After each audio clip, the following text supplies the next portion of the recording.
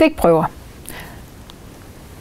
Baggrunden for stikprøver er en historie, der stammer fra USA fra 1936 i forbindelse med det præsidentvalg, der skulle finde sted på det her tidspunkt. Der blev lavet 2 store undersøgelser af, hvem der var, eller 2 sådan opinions- eller meningsmålinger omkring, hvem det var, man troede ville blive den kommende præsident. Den ene undersøgelse blev lavet af et magasin, som henvendte sig især til republikanske vælgere og folk af den overbevisning, og de sendte en stor spørgeskemaundersøgelse ud til stort set samtlige af deres læsere. De fik en meget stor svarprocent, og de forudsagde derfor også, at den republikanske præsidentkandidat ville vinde valget.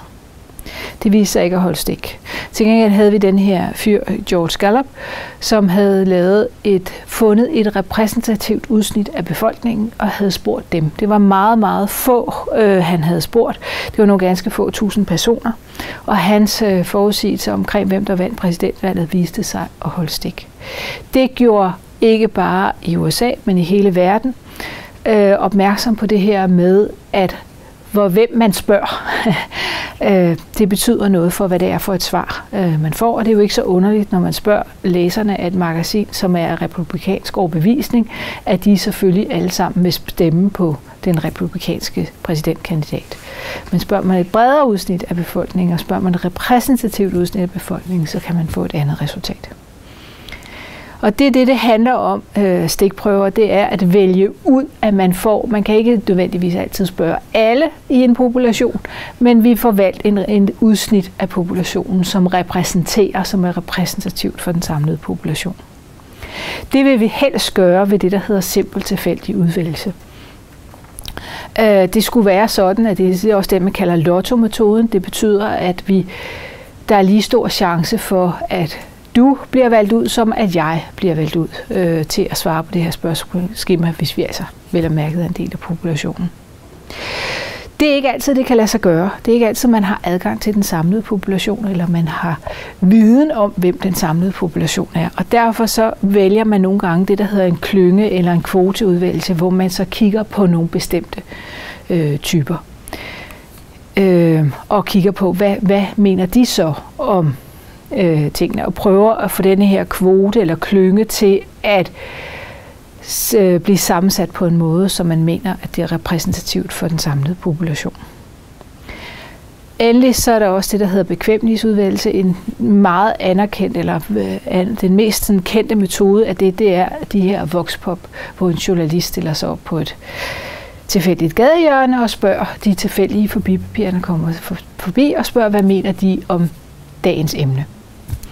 Og den har jo selvfølgelig den udfordring, at der er nogen, der dukker hovedet og løber hurtigt forbi, fordi de har ikke lyst til at blive citeret i avisen. Og der er nogen, som meget gerne vil sige et eller andet om dagens emne, fordi de er optaget af det. Det kan også have noget at gøre med journalisten, hvor imødekommende og flink virker vedkommende, som gør, at der kan blive flere eller færre, der har lyst til at svare på de her spørgsmål. Det er ikke en metode, som på nogen måde anbefales at bruge, og det er ikke en metode, som på nogen måde sikrer nogen som helst form for repræsentativitet. Generelle fejlkilder omkring det her med at få en skæv repræsentativitet, det er, at vi måske ikke har tilstrækkelig viden om vores population. Vi har defineret den forkert. Vi har et meget stort frafald, kan også være en fejlkilde. Der er ikke ret mange, der svarer på vores spørgeskemaundersøgelser. Der kan jo oven i købet måske være en skævhed i, at det især er kvinder mellem 30 og 40, der af en eller anden grund ikke har valgt at svare, eller det er måske især dem, der stemmer på den røde blok, der vælger ikke at svare. Der kan også være fejl i den måde, vi har formuleret vores spørgsmål på. Det kan være, at dem, der læser spørgsmålet, opfatter det på en anden måde, end dem, der har stillet spørgsmålet, troede, det ville blive opfattet. Så er der selvfølgelig det simple, at der kan være enkelte af respondenterne, der simpelthen ikke forstår spørgsmålet, eller misforstår spørgsmålet, og derfor svarer noget andet. Der kan også være spørgsmål, som respondenterne ikke har lyst til at svare på. Og vi kan jo også have misforstået de svar, vi får. Vi kan tolke det anderledes, end dem, der har svaret, rent faktisk tolker det. Og endelig, hvis det er sådan, at vi ikke har sendt skemaerne ud elektronisk, men vi i stedet for står et eller andet sted og noterer ned, måske på en iPad eller et eller andet lignende, eller vi sender papirskemaer ud og får dem retur og skal kode dem ind, så kan vi jo også komme til at notere forkert. Som respondenten kan jo også komme til at sætte kryds i det forkerte svar uden at opdage, hvis det går lidt stærkt med at få svaret på det her spørgeskema. Det var sådan set det, jeg ville sige om repræsentativitet.